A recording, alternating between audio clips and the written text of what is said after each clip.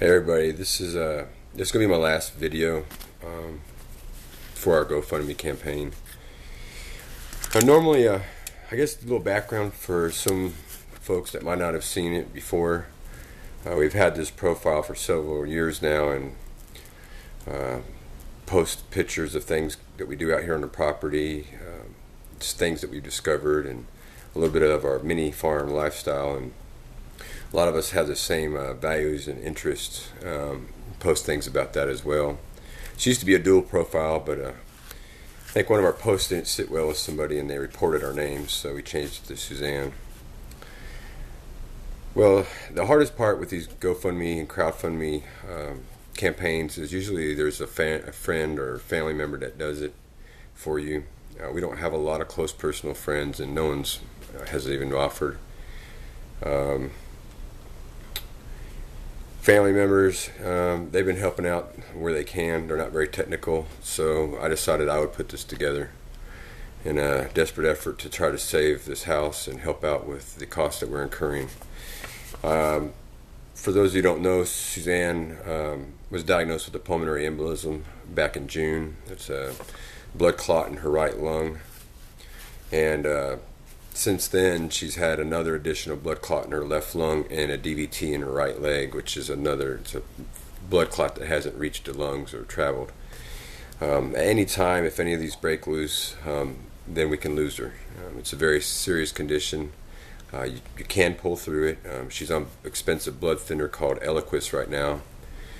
She's been down in the dumps quite a bit, since this has happened, because she's used to being highly active on helping out with the stuff around the house and projects outside, and she homeschools the kids, and at school is fixing to be coming up, so she's worried about how she's going to be able to handle that.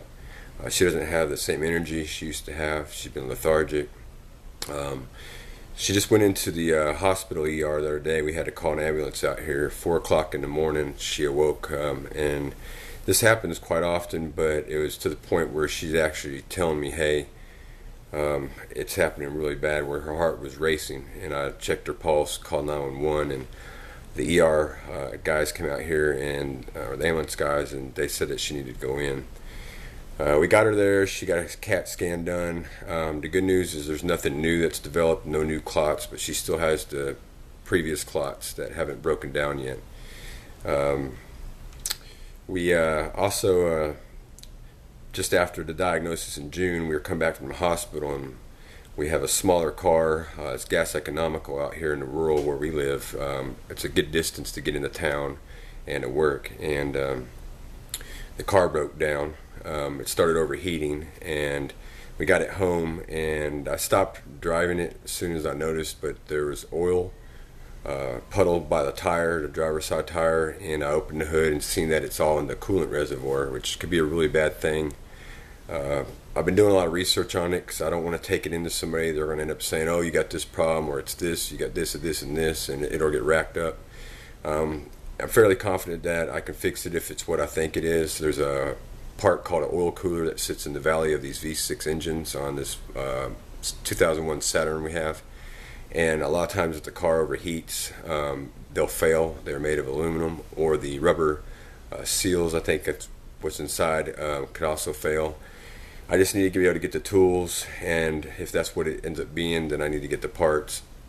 I'm thinking I could do it for around $300. I'll maybe try to get someone to come out here and help me, give them a couple bucks to help me out. We also got bad news the other day. Living out here, it's been really difficult financially. A lot of you may know we moved out here to take care of my father, who had stage 4 kidney cancer, and me and my wife, we were living in Terrell. We had our own property there, and we were pushing my parents to get out of an apartment he was in and into a house of their own where he could enjoy his I guess better quality of life. He was diagnosed with stage 4 kidney cancer in 2010, and he was happy here and was surrounded by his grandkids. And I would like to say I think he died peacefully. But for us, it's been a financial nightmare just trying to survive. I've done prior to moving here in Dallas, I was a tech support agent since 1999. I've worked for Dell, HP, Most recent two corporate jobs were Apple for 2 years as a senior advisor, and for Thomson Reuters. I made about 37 a year. It's not a lot for a family my size with 5 kids in tow, but I could still afford to buy games for them, and and pick myself up or my wife's stuff up when I wanted. Out here, we're just trying to make it week by week. I've done everything from laying tile to working at a restaurant washing dishes. I've loaded beef cattle, which thank goodness I'm a skinny guy and I can run fast. Hop fences, because they're not too happy when you try to load them. I've worked at a dairy, most recently as a plumber's apprentice, but I was fired the day that I missed. I was let go from my job the day I missed when I took Suzanne and I went into the doctor's. I called the day for prior and let him know, but yeah, he did let me go, and I think he felt bad now. He knows exactly what happened that day with Suzanne, blood work coming back, but it was only $10 an hour, and it's not going to be enough to save this house. So I guess what I'm getting to in this whole GoFundMe campaign, I don't know if we're going to be able to stay here or if I should just go back to Dallas at this point and try this lifestyle some other point in the future when we have more money and could do it on our own. It's not in our name, it's in my mother's name. We moved her back to Dallas. She wasn't happy with living here after my dad died in the house. The country life, I guess, wasn't for her. She did need to be back towards doctors that could take care of her for her medical issues that she's had. So right now I'm kind of leaving it in God's hands. I got, if we do stay here, we got projects that could bring in money aside from just along with the regular 40-hour work week job. We have other things that we can do to bring in money as well. The payment's not high here. It's $750. It's past due right now.